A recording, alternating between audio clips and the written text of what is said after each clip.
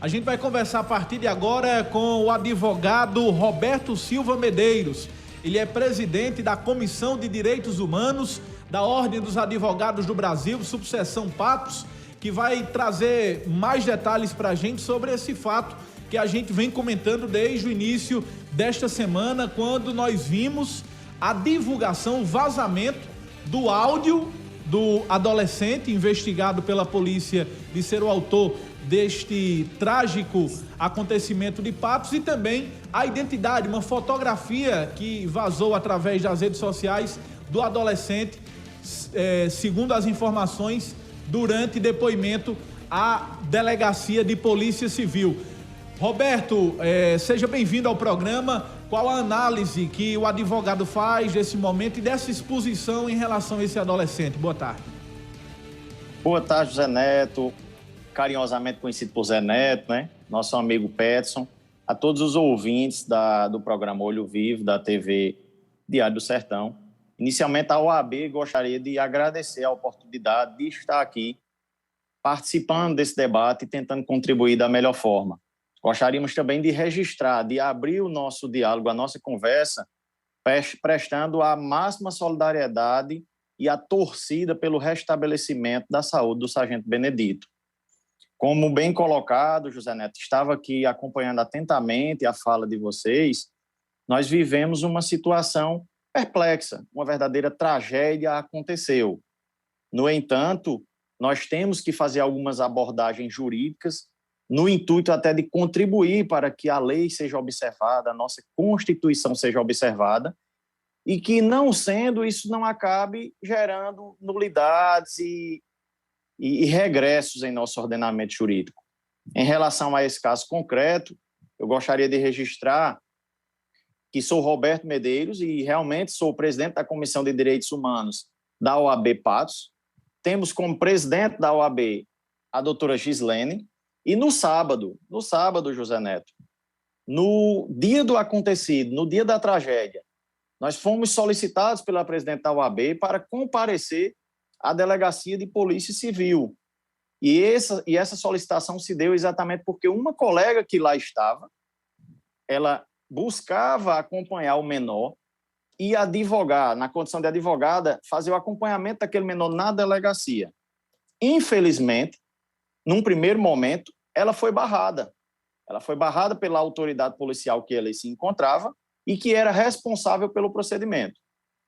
Esse impedimento se deu com uma justificativa de que o processo estava em diligências, e aí nós temos legislação, existe uma súmula no STF, ela foi até utilizada pelo delegado, para dizer que procedimentos que sejam flagrantes, como era o caso, e que estejam ainda em diligências, eles não têm a obrigação de aceitar, de franquear a participação do advogado.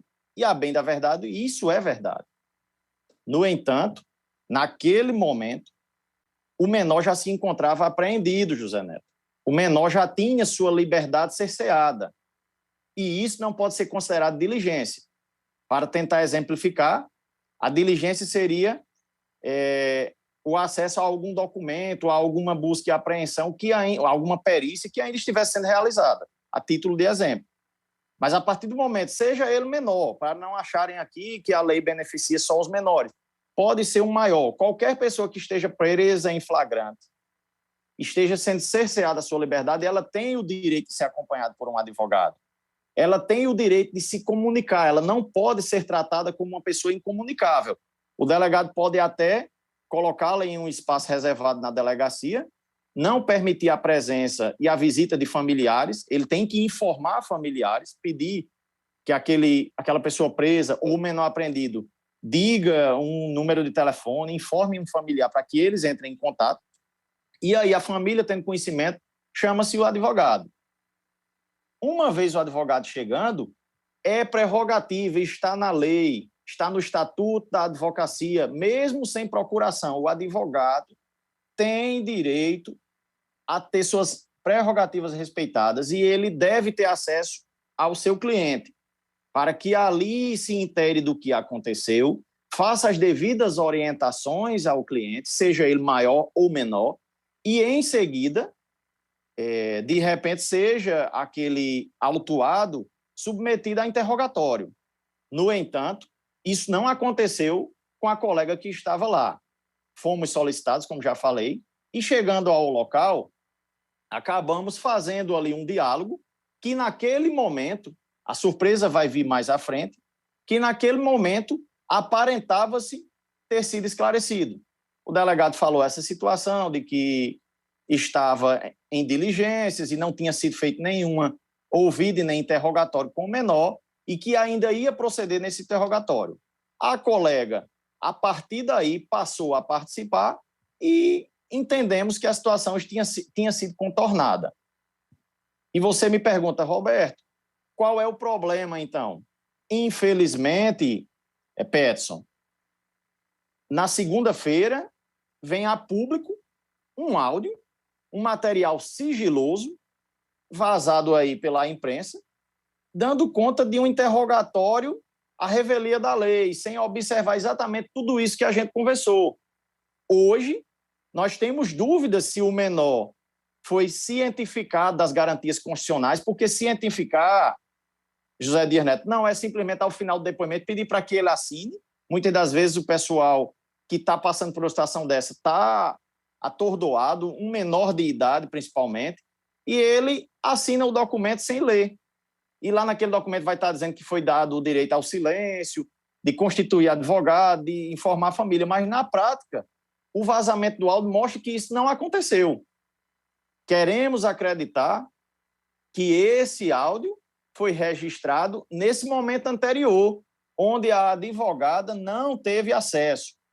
E aí, vir depois, com a presença dos colegas que representam as prerrogativas, dizer que a colega vai passar a ter acesso e conduzir ali, acompanhar a condução dos trabalhos, orientando seu cliente, isso é tentar camuflar, maquiar a ilegalidade existida.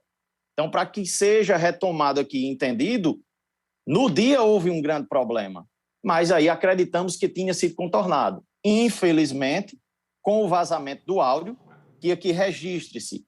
Esse áudio ele é sigiloso, mas, na verdade, ele sequer deveria existir. Uma coisa é vazar algo que é legal e está no processo sigiloso. Outra coisa é perceber que vazou um áudio que, na verdade, não tem legalidade e ele não deveria existir. Por quê? Roberto, por favor, só para ficar muito claro, para quem está nos acompanhando agora, seja no rádio, na TV, nas plataformas digitais, no momento em que o adolescente estava sendo ouvido na delegacia, diante da autoridade policial, uma advogada de Patos queria representar o cliente, no caso o adolescente, queria acompanhar, e ela foi impedida. Pelo que eu compreendi, foi justamente isso que aconteceu. E a partir daí já criou-se todo esse problema. Exatamente, Zé Neto. Eu acho que posso lhe chamá-lo assim. Exatamente, Zé Neto. Foi exatamente isso. A colega chegou, apresentou-se como advogada e aí foi barrada, sob o pretexto de que estariam sendo diligenciadas ainda as situações do procedimento, como bem expliquei anteriormente. Ela nos relatou que cerca de 10, 15 minutos depois, um agente da Polícia Civil, que eu não vou saber precisar o nome porque eu não presenciei, a viu e perguntou: a senhora ainda está aqui? E ela disse: o delegado não me deixou entrar e eu estou aguardando. Ele gentilmente foi até o delegado, pelo que ela me passou, e aí fez mais uma vez a informação de que ela reiterava e não foi franqueado, de modo que ela acionou a comissão de prerrogativas, como eu falei. Passado tudo isso, retomando a discussão, o áudio demonstra que foi gravado na ausência dessa advogada. A ordem é perguntar se a pessoa apreendida, e ali no caso um menor de idade, que a lei traz umas situações mais especiais do que quando se trata de maior, porque para o menor, o Estatuto da Criança e Adolescente, ela traz medidas protetivas, diferente do Código Penal e do Código de Processo Penal, que para os maiores busca realmente uma situação inquisitorial na fase investigativa, mas mesmo assim não pode haver o cerceamento do acesso ao seu advogado.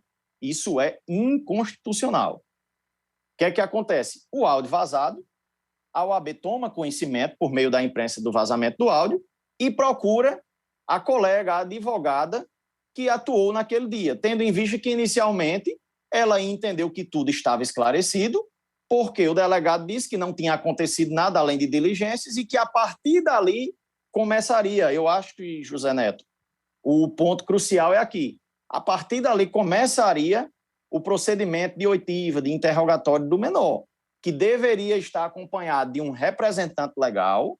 Esse representante legal sabemos que são os pais, e no caso concreto, isso é o que tem na lei, no caso concreto, os pais estavam impedidos, nós sabemos da tragédia que ocorreu, a mãe infelizmente chegou a óbito e o pai estava hospitalizado, mas o representante legal também pode ser estendido a outro parente, e uma tia compareceu à delegacia. Certo. Com essa situação, o menor, e aí conforme a lei, conforme o Estatuto da Criança e Adolescente, ele teria o direito, inclusive, de, sem a presença de ninguém, ser informado, que poderia tomar ciência do que estava acontecendo, do que estava sendo acusado, que poderia ser solicitada a presença do representante legal e de um advogado. E aí nós tivemos, como já foi dito aqui, uma colega barrada. Por conta disso... A tia também do adolescente também foi barrada também, doutor? Ela esteve na delegacia, eu tenho que tentar aqui o maior zelo possível, Peterson, porque eu compareci à delegacia, mas aí já existia um intervalo de mais ou menos 30, 40 minutos do início dessa situação. Então, quando a gente presencia, a gente tem total propriedade, mas com base na narrativa da colega e do que vi depois que cheguei lá, existia a presença de uma tia na delegacia. No momento que eu cheguei, elas estavam tendo acesso à sala. Se a família foi informada, está tendo acesso nesse primeiro momento a ele, já teve acesso a ele, se ele está constituído de um advogado, né? E o que é que acontece com esses jovens depois desse depoimento do pai? Claro. E aí, me perdoe tanta pergunta aqui, mas o pessoal está perguntando também. Quem divulgou o áudio? O áudio está aí em todo o grupo de WhatsApp, Telegram, e alguns meios de comunicação também divulgaram na íntegra. Né, como pegaram esse áudio de um adolescente e divulgaram. Alguns meios de comunicação, portais, blogs, são nossos companheiros, mas divulgaram. O que é que acontece com esses meios de comunicação que divulgaram na íntegra esse áudio do adolescente? Tem deles que até divulgaram a foto. O que é que acontece? Então, essa é uma, só anote aí. A segunda, a família teve acesso já ao jovem, já conversou com ele, se eu tenho essa informação. E a terceira, ele está constituído de um advogado, até pela sua defesa. E a quarta aqui, muita pergunta sobre isso. Depois do depoimento do pai, pode ajudar essa criança? Porque ele tem 13 anos de idade. Ele pode ficar preso lá no CEA? São perguntas aqui que o povo está todo mundo perguntando aqui. O que é que acontece com esse adolescente? Pois não, Peterson, eu acho o seguinte, eu não sei até que horas nós temos, mas todas essas perguntas eu pretendo respondê-las porque eu já tinha em mente que seriam dúvidas. Mas vou tentar aqui ser um pouco bem mais objetivo. Como eu acompanhei desde o sábado, a gente acaba tendo uma dimensão geral do fato. Em relação a quem divulgou o áudio, eu não estou aqui afirmando, eu estou trazendo o que está na imprensa. Existe uma matéria num portal, eu acho chamado Mais PB, onde o delegado-geral, lá está qualificado assim, doutor André Rabelo, se pronuncia dizendo que a Polícia Civil vai tomar providências e ele, naquele momento, revela que o delegado do fato confirmou o vazamento, ou seja, a primeira pessoa que vazou. Essa é uma grande dúvida. O delegado do dia, responsável pelo procedimento, é um delegado que eu conheço, já tive várias situações com ele em delegacia.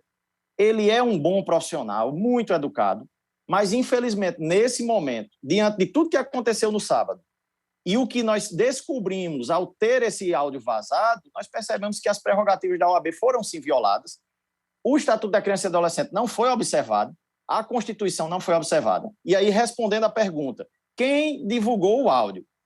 Dr. Glauco Pedrogan é o presidente da Comissão das Prerrogativas, assim como eu sou da Comissão de Direitos Humanos. Ele fez contatos por telefone com o Ministério Público, com a Polícia Civil, isso logo depois do vazamento, com a Justiça, com o intuito de conseguir identificar. Inicialmente, estava se apurando, mas aí veio a público, através do delegado Dr. André Rabelo, que, pelo que eu vi, vai tomar a frente para apurar essa situação, ele revelou que o delegado do caso, doutor Renato, confirmou o vazamento sem intenção. Tentando responder uma pergunta seguinte, qual é a repercussão para quem publica isso, para quem encaminha, seja site que alguns degravaram, digitaram tudo que foi dito e postaram. Tem uma entrevista também na imprensa do próprio juiz, doutor Bruno Medrado. Ele é o juiz da 7ª Vara de Patos e será o responsável por conduzir esse processo de apuração do ato infracional. Essa situação do vazamento também já chegou para ele e ele foi bem claro, disse que não iria fazer grandes comentários por ser o juiz da causa, ele tem que se abster de estar fazendo juízo de valor, até porque ele vai julgar a causa, mas que divulgou exatamente da possibilidade de todos que divulgarem. Digamos que você receba esse áudio hoje, 2, 3 dias depois, e você mande para alguém, você também vai estar incorrendo no cometimento da infração do crime. Então, o conselho que a gente dá enquanto jurista, enquanto pai, enquanto ser humano, é que se você recebeu, não passe para ninguém. Se você puder, exclua. Mas aí tudo vai ser apurado. Eu acho que respondi a pergunta. Em relação aos sites, eu muitas das vezes presto assessoria a alguns gerenciadores de portais e essa dúvida acontece muito. Zé Neto, por que a polícia prende alguém em flagrante, vai para a delegacia e o site não pode tirar uma foto e botar o rosto do cidadão? É exatamente o que eu queria abordar aqui, era uma das nossas intenções. Aqui quem está falando não é Roberto como pessoa, é Roberto advogado, Roberto jurista, que analisa o que temos nas leis e quem não concordar, infelizmente, tem que entender que a lei existe. Eu vou tentar trazer um jargão aqui, isso é bem polêmico, Zé Neto, mas eu tenho tentado desenvolver até um projeto para a gente falar sobre direitos humanos na imprensa, para que as pessoas tenham em mente que direitos humanos, na maioria das vezes, ela é deturpada, ela é confundida. E quem não conhece os direitos humanos fala de forma preconceituosa. Mas quando a gente diz, e aí a polícia muitas das vezes faz um belo trabalho, tenta resolver, tenta diminuir os casos de violência na sociedade, mas depois vem um jargão, a polícia faz o trabalho dela, prende e o judiciário solta. Esse exemplo de hoje, ele pode ser utilizado como um grande exemplo do que é que acontece na maioria dos casos. Nós temos uma lei e essa lei traz regras. Eu vou tentar ser bem aqui simples. Imagine uma receita para se fazer um bolo. Uma cozinheira ou um cozinheiro tenta fazer um bolo e tem uma receita. Se em algum momento ele inverte a ordem da receita, aquele bolo vai estragar. Digamos que ele não consegue colocar o leite e coloca café dentro do bolo. Existe bolo de café, mas digamos que o bolo seja de laranja. Ele vai colocar açúcar e coloca sal. A ordem não foi seguida, o manual, a receita. Falo isso para que todos que estão nos ouvindo possam entender. Na justiça existe a lei. Então, quando a polícia prende, o judiciário muitas das vezes analisa, confirma aquela prisão, decreta uma preventiva. Se não for o caso, porque aí tem requisitos, ele concede a liberdade porque a prisão preventiva é exceção, a internação provisória do menor é exceção, a lei diz que deve se soltar para que verifique através de uma instrução processual, audiência, juntada de provas, acusação e defesa se manifestando, para ao final decidir se é culpado ou inocente. Não acontecendo essa observação, fere uma situação chamada devido processo legal, é descumprir a receita do bolo. E o que é que acontece? O trabalho que foi feito acaba sendo anulado.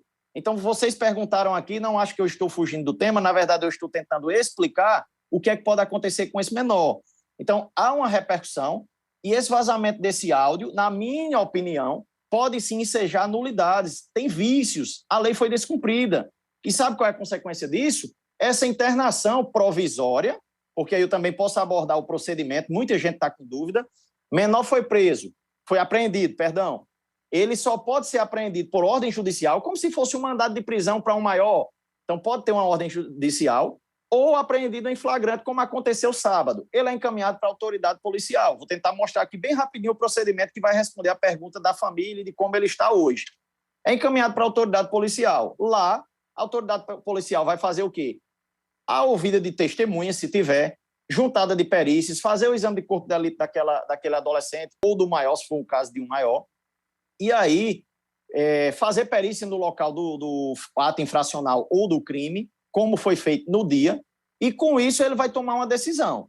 A lei diz que o menor, Zé Neto, o menor deve ser colocado imediatamente em liberdade, sob a presença, entregando ele aí à presença dos pais ou representante legal, como já falei. No caso, não tinha a possibilidade de entregar aos pais. Existia uma tia na delegacia. Se não tiver, existe a possibilidade da justiça decidir um curador ou um órgão institucional, existem vários, para cuidar dessa criança ou adolescente. O que é que acontece? A lei traz uma exceção. Se o caso trouxer grave ameaça ou violência à pessoa, como aconteceu no caso, é possível que o delegado decida por manter aquele adolescente apreendido, mas aí ele tem que, em 24 horas, apresentar aquele adolescente a um promotor de justiça, que vai ser responsável pelo procedimento, que vai analisar toda essa documentação juntada, e aí foi nesse momento, foi enviado, e esse áudio acabou indo junto e não deveria nem estar no processo, ele não poderia existir. Mas aí ele foi vazado para a imprensa, acabou repercutindo. O que é que acontece? Em 24 horas, o promotor faria essa análise, receberia esse menor e faria uma oitiva informal. É assim que a lei trata, o Estatuto da Criança e Adolescente, para analisar se realmente seria o caso, diante da gravidade, de representar pela internação, que para o maior seria pela prisão temporária ou preventiva, como a gente conhece. Para o menor seria uma internação provisória. Essa internação provisória, sendo representada e aceita pelo juiz, é determinada a instauração de um procedimento que não pode durar mais que 45 dias. Chegamos à fase que estamos hoje. Se isso não fosse feito em até 5 dias, a lei diz que essa apreensão do menor se tornaria ilegal. Então, do dia de sábado, 24 horas para o delegado apresentar ao Ministério Público, e assim ele fez, o promotor em seguida representaria, e assim foi feito, e logo viria a decisão do juiz. Eu acho que a decisão foi dada no domingo. A semana está um pouco corrida, mas eu acho que no domingo. A partir daí, o adolescente foi transferido para o CEA, como foi bem colocado aqui por vocês, em Souza. Para quê? Para que em um procedimento... Imagine o processo que um maior responde, que às vezes dura 6 meses, 1 ano. Para o menor, ele tem que durar 45 dias. Que, ao final, o juiz vai tomar uma decisão, e se a decisão for pela continuidade dessa internação, ela vai deixar de ser provisória e passar a ser permanente. Mas o que é que a lei diz, o Estatuto da Criança e Adolescente? Que essa internação deve ocorrer por 6 meses e aí ser reavaliada a cada 6 meses, não podendo chegar ao total de não podendo ultrapassar o total de 3 anos. Muita gente diz, quer dizer que tudo isso que foi feito, no máximo ele vai pagar por 3 anos. Eu quero que tenham em mente, e aqui não sou eu que estou dizendo, é o que está na lei. Se a gente quiser que isso mude, a gente teria que discutir isso como se muda leis, lá no Congresso, através dos deputados e senadores, observando o que está na Constituição e nas normas gerais que também estão no nosso ordenamento, como o Pacto de São José da Costa Rica, que traz também a Declaração Universal dos Direitos dos Homens e das Mulheres. Enfim, em 45 dias, se for decidido isso, ele vai ficar internado permanente a cada 6 meses, reavaliado, podendo chegar a 3 anos. O menor sabe-se que ele tem 13 anos, então até 16, essa é a medida. Diferente disso, existem outras medidas, elas são mais brandas. Eu estou trazendo aqui a medida extrema. Quais seriam?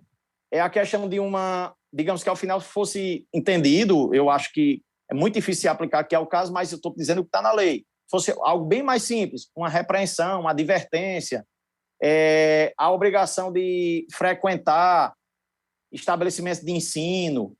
O que a lei veda é a colocação desse menor em trabalho forçado, porque aí seria análogo à escravidão. Mas tem todas essas medidas. O que é que acontece? Fazendo um nexo aqui de tudo que a gente conversou, a receita do bolo não foi observada. Então, hoje, o menor está internado provisoriamente como se fosse uma prisão preventiva para um maior, e a Receita, que chegou a decretar essa internação provisória, na nossa visão, eu respeito as divergências, as opiniões contrárias, mas aqui trago também a opinião da OAB, estou representando a Comissão de Direitos Humanos e autorizado pela presidente Gislene, a doutora Gislene, presidente da OAB Paz, a fazer aqui esse comentário. Nós entendemos que o processo acabou sendo conduzido de forma equivocada. E esse equívoco gera uma nulidade. onde pode sim acontecer que essa internação provisória seja revogada. É como para a prisão ilegal que se relaxa, a internação provisória ilegal também se relaxa. Vou tentar aqui o que foi que perguntaram mais, o depoimento do pai, em que pode contribuir isso? Aqui nós entramos numa seara muito importante. Eu sou pai, José Neto. Eu sou pai, Peterson. Eu tenho 2 filhas e ninguém consegue, em sã consciência, não se comover com tudo isso que tem acontecido. E eu cheguei a refletir, o que esse pai está passando? O pai que ficou vivo em um leito de hospital, lutando pela vida, comenta-se que tem a possibilidade de sequelas gravíssimas, como a de ficar paraplégico. E o que é que passa na cabeça desse pai? Um pai que perdeu a esposa, um pai que perdeu um filho, pelas mãos aí, supostamente, de um outro filho. Nós temos que falar assim, porque é assim que a lei determina. O processo teria que ser observado. Se vocês podem dizer, se esse menor tivesse tido acesso a uma advogada antes, ele poderia ter ficado em silêncio, nada disso teria conhecimento, mas não é isso que a lei diz. Da forma que foi feito, aí vem o jargão que eu puxei agora há pouco. A polícia faz a parte dela e a justiça solta, como se os juízes, os promotores fossem negligentes, mas não é, eles estão, na verdade, observando a lei. Infelizmente, se alguém descumprir, a lei diz que aquilo deve ser relaxado. E aí, voltando para o pai, a gente fica naquela, o que é que esse pai vai pensar? Esse pai vai perdoar esse filho? Hoje vem a público um áudio onde o pai está ali sofrendo, mas muito preocupado com o filho. Será que nós conhecemos o filho mais do que esse pai? Esse menor envolvido nessa situação mais do que esse pai? E aí, Zé Neto, eu peço aqui até licença para fazer um comentário. Como o colega falou agora há pouco, a psicologia, a psiquiatria, houve um comentário que eu achei muito pertinente hoje de um advogado colega que atua aqui na cidade de Patos. Ele também tem um programa diário na imprensa, e ele teve a curiosidade de fazer pesquisas com base no áudio que o pai divulgou. O pai divulgou que o filho é um filho bom, é um menino carinhoso, uma pessoa de bem, e que está em formação. E disse que o filho estava tendo acesso a alguns jogos, e esse colega foi pesquisar esses jogos. E eu trago aqui, assim, para nos surpreender. Olha o que é que a gente tem que ter em mente. Esses jogos, um chamado Naruto, outro chamado... Agora eu não vou aqui precisar o nome. Eles trazem exatamente um personagem... O jogo Free Fire. Isso, Free Fire. Muito obrigado pela contribuição, amigo. Ele traz aí a contribuição onde esse personagem, eu acho que é do Naruto, tem um personagem lá que em um dado momento ele executa, ele assassina exatamente seus familiares, o seu pai e a sua mãe. Eu assisti agora, há 5 minutos antes dessa entrevista, eu recebi, e assistindo eu fiquei perplexo. Por que a gente, muitas das vezes, isso é uma reflexão que tem que ser feita, por estar muito ocupado, por não ter tempo, por ter que trabalhar, por ter que descansar porque chegou do trabalho, por não ter dinheiro para pagar ali um profissional, seja uma babá ou um profissional que cuide de nossas crianças, a gente acaba entregando um celular para que a criança deixe de dar trabalho, consiga ficar ali distraída, ao invés de fazer como antigamente, no tempo dos meus pais, a gente ia brincar com dama, com xadrez, ia brincar de toca, e a gente dá um celular.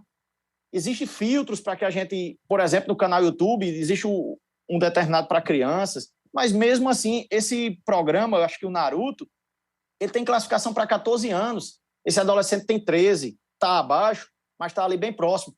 E aí lá na imagem é muito forte, Zé Neto.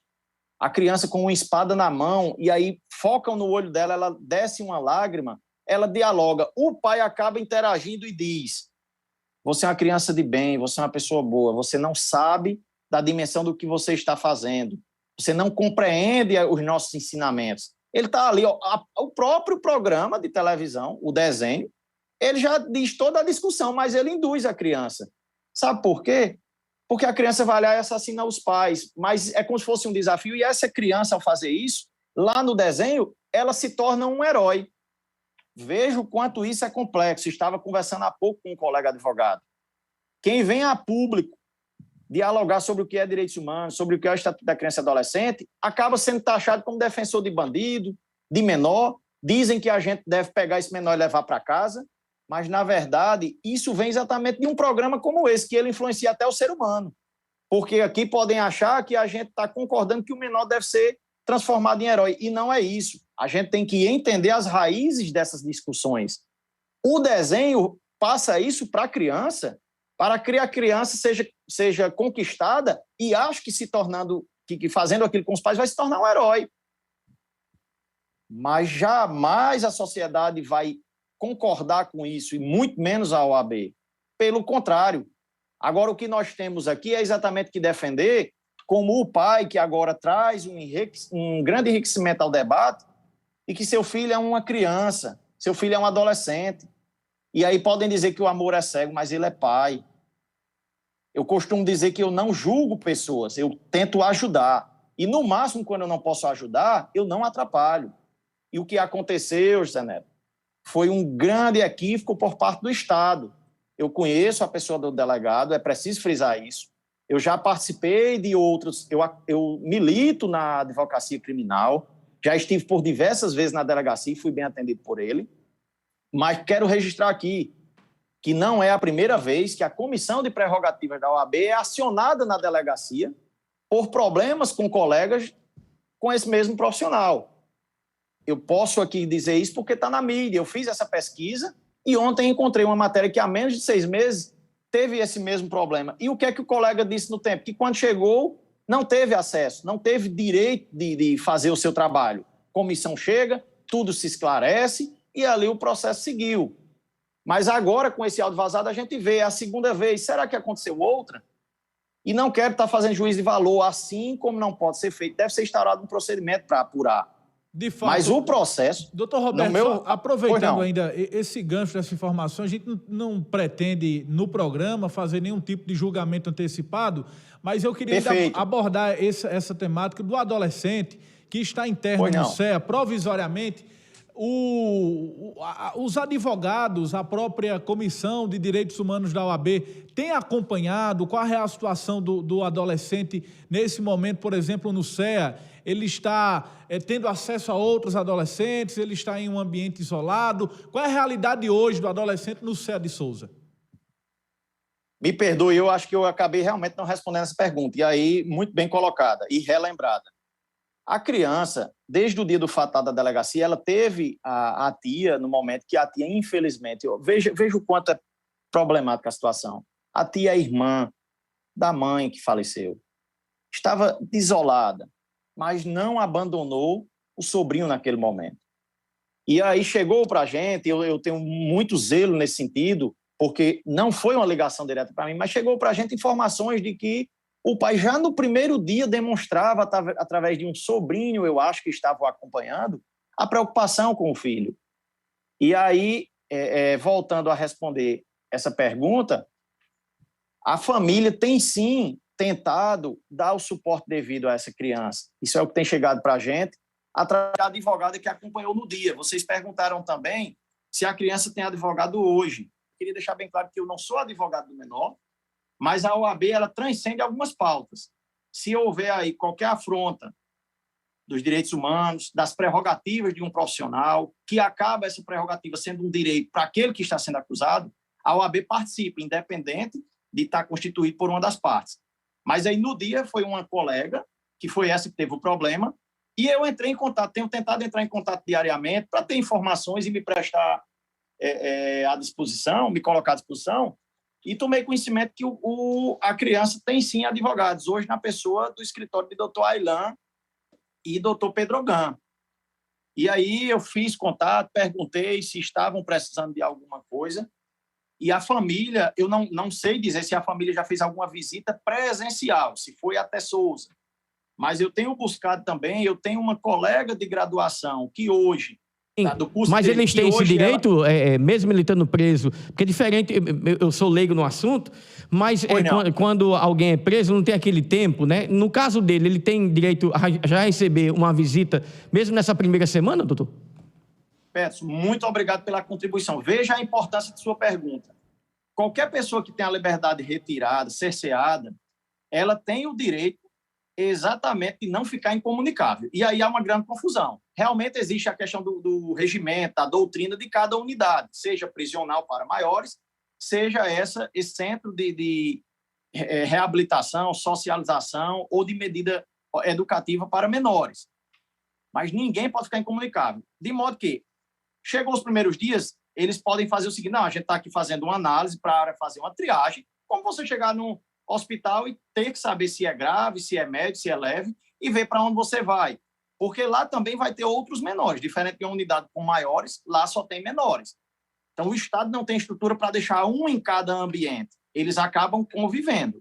Mas, no início, existe essa filtragem, até porque eles têm que ver se aqueles menores que estão lá podem acabar fazendo algo de perigoso com aquele menor que está chegando. Mas aí a família, por telefone, por visita, mesmo que não tenha direto ao adolescente, mas na recepção, com o serviço social de cada unidade, porque tem que ter essa parte de serviço social, ela passa a se inteirar dos direitos. Se pode levar roupa, se pode levar algum mantimento, porque tem a rotina diária de cada estabelecimento, mas aí tem também toda essa situação. E, para que vocês entendam, porque eu achei sua pergunta muito interessante, está na lei que ninguém pode ficar incomunicável para com o seu advogado. A gente chega no ponto de sábado novamente. A incomunicabilidade, ela existe. Não pode, numa delegacia, na própria unidade, o parente ir pela manhã na segunda, sendo a visita, por exemplo, na quarta ou no domingo. Quero ver. Não, você não pode. Você vai vir, tem que se cadastrar, trazer documentos, e no dia da visita você vai ter acesso. Mas se a família procura advogado, por exemplo, e diz que suspeita que lá está tendo um problema, que ele foi agredido, estou dando aqui exemplo, não estou falando do caso concreto, e esse advogado se dirige até aquela unidade e se identifica a direção e requer, isso pode ser 3 horas da manhã, meia-noite, por conveniência, claro que a gente sempre busca os horários mais convenientes durante o dia, para não atrapalhar a rotina do estabelecimento, a não ser que aconteça exatamente alguma denúncia de que alguém foi agredido, de que está tendo uma rebelião. Por isso que acontece muito, quando a gente vê uma rebelião nessas unidades, a presença dos advogados, porque a família fica da murada para fora.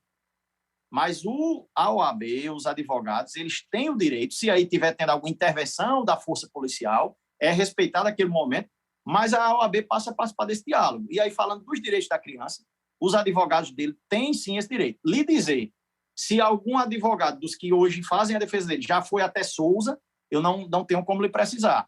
Hoje ele está sendo defendido pelo colega doutor Aylan e doutor Pedro Gan.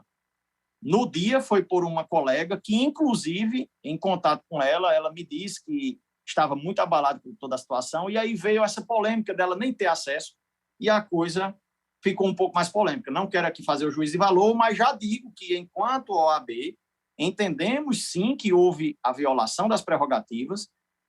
As prerrogativas não são um direito para o advogado. Nós temos que entender que, se alguém está tendo a liberdade cerceada e o seu direito não está sendo garantido, é um direito dele a presença do advogado. E por isso que a lei diz que o advogado tem o direito de ter acesso. O direito não é para o advogado, é exatamente para garantir a cidadãos. Isso vem, Zé Neto, do período de ditadura e períodos nebulosos que nós tivemos na nossa humanidade, onde pessoas sumiam, eram recolhidas ali por representantes do Estado, e graças a Deus hoje não acontece mais, e sumiam, e a família não sabia sequer onde estavam. E quando a família ia atrás, a porta era batida, era fechada ali na frente do familiar. O advogado vem uma lei e traz toda essa sistemática, que é o Estatuto e a Ordem dos Advogados do Brasil, que é uma lei da década de 90. É uma lei federal e ela não pode ser descumprida. Deixa-me ver aqui se deixei de responder mais alguma pergunta. Pronto, para constar aqui algumas anotações que eu fiz em relação à nota de repúdio. Olha o quanto é interessante. A mídia hoje, as redes sociais, a gente sabe que a coisa é propagada muito rápido. Só por ter ido à delegacia no dia da situação, eu presenciei, do momento que cheguei para frente, o procedimento com esse menor. Eu estava lá, eu vi o menor. Foi me disponibilizada uma cadeira ao lado dele. A outra cadeira era da colega advogada. E aí um outro colega também esteve na delegacia ajudando nessa situação das prerrogativas. E aí, naturalmente, tinha imprensa lá, o nome acaba saindo. E algumas pessoas entraram em contato. Colegas meus da universidade, eu sou aluno do curso de Souza, minha graduação foi em Souza, colegas meus em um grupo que nós temos de WhatsApp me perguntaram se eu teria detalhes e tal. E sabe o que eu disse, Zé Neto? Naquele momento, eu falei exatamente que todo procedimento com menor, independente da gravidade, ele naturalmente, automaticamente é sigiloso. E que eu confirmava a minha participação, a minha presença na delegacia, mas que não poderia tecer maiores comentários. Em seguida, outro grupo de pessoas, não tem nenhum paraibano, veja a dimensão desse caso. Lá de Recife, de outro curso que eu participei ainda no ano de 2012, na área de segurança pública, colegas me perguntam, por verem na imprensa, dessa vez eles perguntaram, aí é uma coincidência, não sabiam que eu tinha ido até a delegacia, mas por verem que era na cidade de Patos, Paraíba, perguntaram, sabendo que eu sou daqui, se eu tinha conhecimento, se tinha mais detalhes. E eu informei que no dia até estive na delegacia, mas não poderia, porque é tudo sigiloso. Isso logo após o fato. Quando vem esse áudio vazado, eu fiquei perplexo, porque a gente se preocupa. A OAB tem esse zelo, e eu fico imaginando, já pensou se esse áudio tivesse sido gravado e vazado, e tivesse sido acusado aí por parte da OAB, de um cidadão, de um parente desse menor, provavelmente eles já teriam sido até aí chamados para prestar esclarecimento. É isso que nos preocupa. Não aqui fazendo nenhum ataque à autoridade, como disse, conheço e sei do trabalho dela e da postura, mas defendemos, Zé Neto, que em primeira mão eu queria dizer que já colocamos à disposição da OAB para deliberação a representação no sentido de solicitar da corregedoria. Eu acho que aí seria muito natural e muito indicado do afastamento desse profissional, não das funções dele de delegado, não da lotação dele na cidade de Patos, não é isso, mas desse caso, porque ele já trouxe, eu não vi áudio nem entrevista diretamente com ele, mas o doutor André Rabelo, como falei, que está lá como delegado-geral, eu acho que o doutor Paulo N., que é o nosso delegado seccional aqui da região de Patos, já se manifestaram de que vão apurar, mas a gente estava deliberando nesse sentido da OAB solicitar. Por quê? Já foi assim, veiculado de que realmente se confirma o vazamento, não foi intencional, e eu também acredito que não foi. Eu acho que todo mundo que participou dessa ocorrência no dia não tem como ter ficado como ficaria, por mais que seja experiente, em outras situações. Todo mundo estava comovido, e quando você está comovido, você acaba não pensando com a racionalidade que você pensa em outros momentos, mas entendemos que, nesse momento, o afastamento dele do procedimento, para concluir, porque a polícia tem divulgado que o procedimento está em fase de conclusão, seria interessante a indicação de outro profissional, que não seria, na minha opinião, demérito nenhum para o profissional envolvido, seria só uma forma de demonstrar, da Polícia Civil demonstrar o zelo na busca da retomada desse procedimento de forma legal, porque, ao nosso ver, realmente houve ilegalidade. E aí eu trago, deixa eu ver aqui se eu tenho alguma coisa a mais sobre as perguntas. Quem divulgou o áudio já respondi. Como é que está a família nesse momento? Ela está, sim, sendo assistida por advogado, e aí o caminho é mais ou menos esse. O advogado toma de conta da questão jurídica. Confesso aqui, o processo é em sigilo, eu não posso estar trazendo informações dele, mas em conversa com a banca de defesa que hoje defende esse menor, eles me passaram que fizeram, sim, um pedido de reanálise dessa internação provisória, tendo em vista toda essa polêmica, dessa divulgação do áudio, e isso pode ensejar em quê? O que é que resulta isso, Zé Neto? A possibilidade da internação provisória ser reavaliada. E aí vocês podem perguntar, se for reavaliada, Roberto Medeiros, o que é que acontece? Vai ser chamado, e aí, como eu já falei, lá no Estatuto seria o pai e a mãe, mas eles estão impossibilitados por questões que já sabemos, mas vai ser chamado um representante legal. Se isso vier a acontecer, se o juiz entender que acabou concedendo a internação provisória com base, por exemplo, nessas informações de que o menor confessou e contou detalhadamente tudo.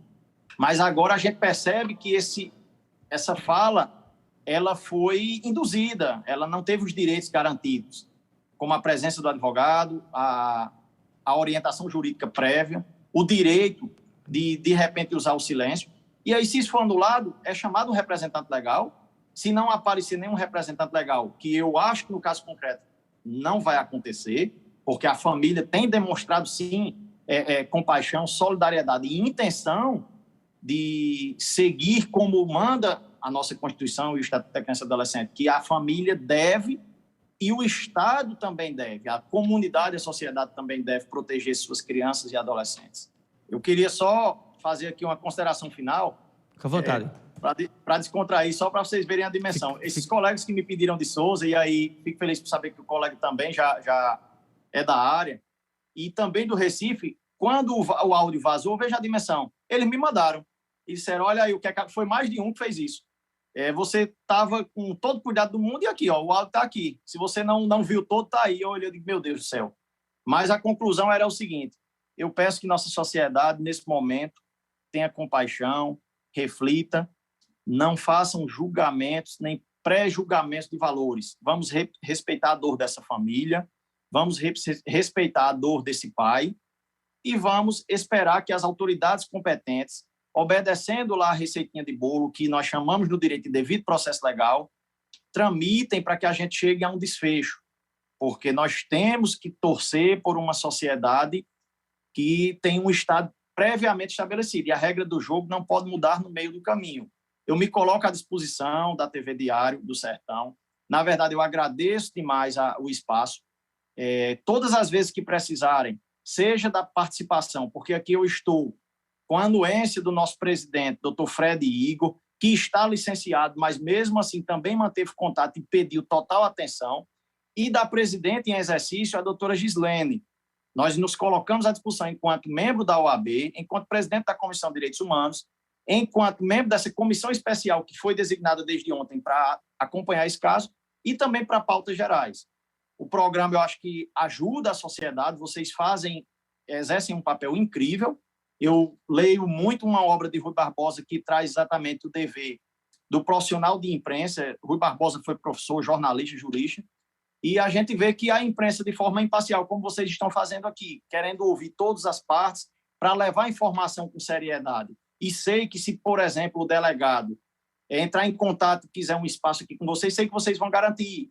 E já defendo que isso é super interessante. Então, parabéns pela condução. Me coloco mais uma vez à disposição. Agradeço os elogios. Digo que realmente tentei aqui, longe de mim, chegar perto da qualidade de um professor. Mas eu acho que a gente tem que diariamente tentar ajudar. Então, Zé Neto, muito obrigado. Peterson, muito obrigado e um abraço.